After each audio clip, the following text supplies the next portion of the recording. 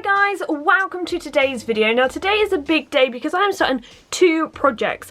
One, you're seeing here, kind of actually, I think we have 3 if we include Lyra's tank, but another one will be Gizmo's tank and that will be in a separate video.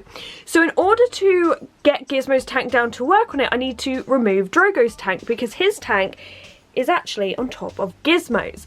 So I figured this would be a great time to not only add in a few things I bought for his tank, but also just check on how it's doing because I haven't had this tank down for over a year since it's been put up. And it is higher than me, like my height, so I haven't been able to properly look down. Also, it's somewhat infested with spiders. I've heard this is very common in bioactive tanks. People get them all the time in reptile rooms.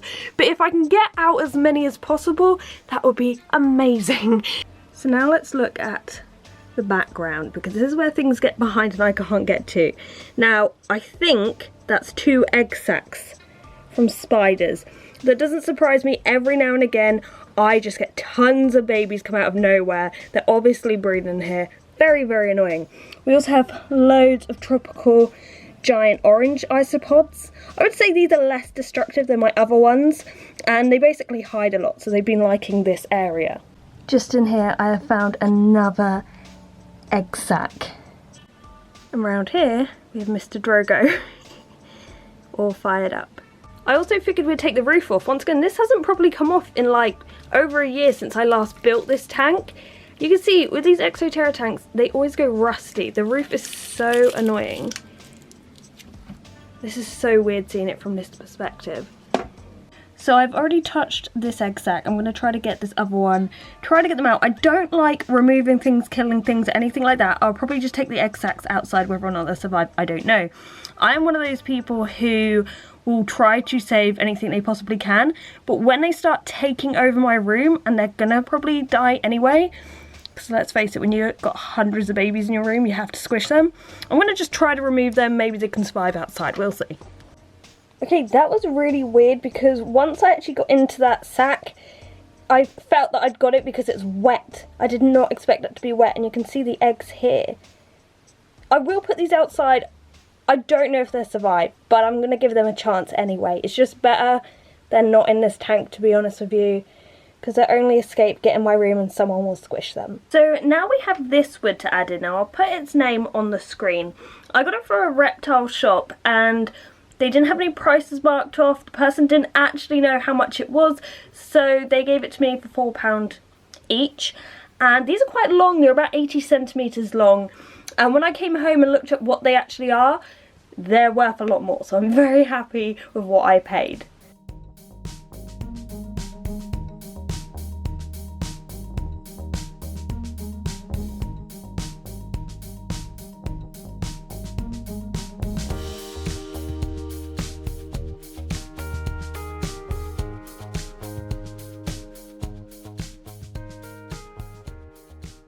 So now I need to decide where to put them. It's going to have to be somewhere really secure. I'm going to have to cut them definitely, but I've seen these used in reptile tanks a lot and they look really cool, so wish me luck.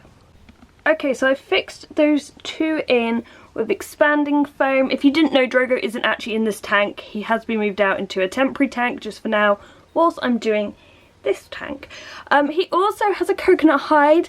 Now these are really popular with Crested Geckos. I'm not sure how popular they are with Chahuas, but we're going to try it. I have a video on how to make one of these hides. It's super simple, and what I'm going to do is probably hang it from here.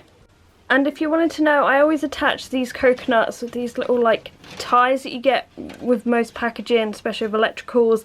I collect these because they're really handy for things like this.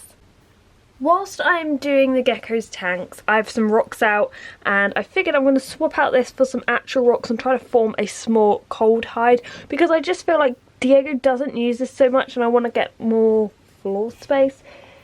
So, and I'm just going to form a smallish area if I can out of some rocks. After faffing with a load of rocks for ages, I actually decided to go with this cork piece. I don't usually use them in Leopard Gecko tanks. I don't know why, they could potentially work. But this one sort of fit what I needed for now. You know, it's a good size and there's space here for Diego to walk. His main hide he uses the most is this grey one. It looks just like a rock, but actually at the back there's a little hole and he can get in it. I bet he's in it right now.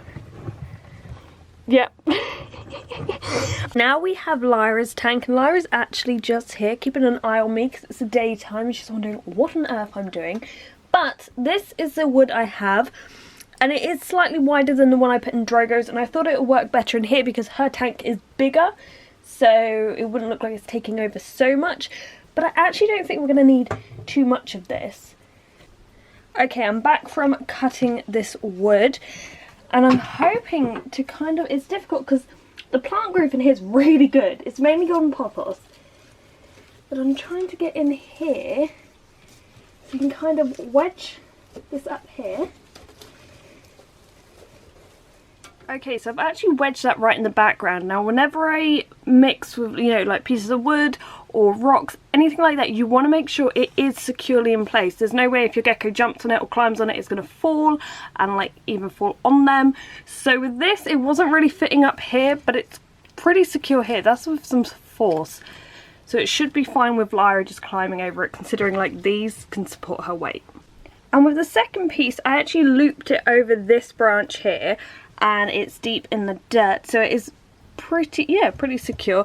And the good thing about this is it kind of blends in with the vines, so you can kind of notice it, but at the same time it blends in and it just adds extra support for Lyra over here.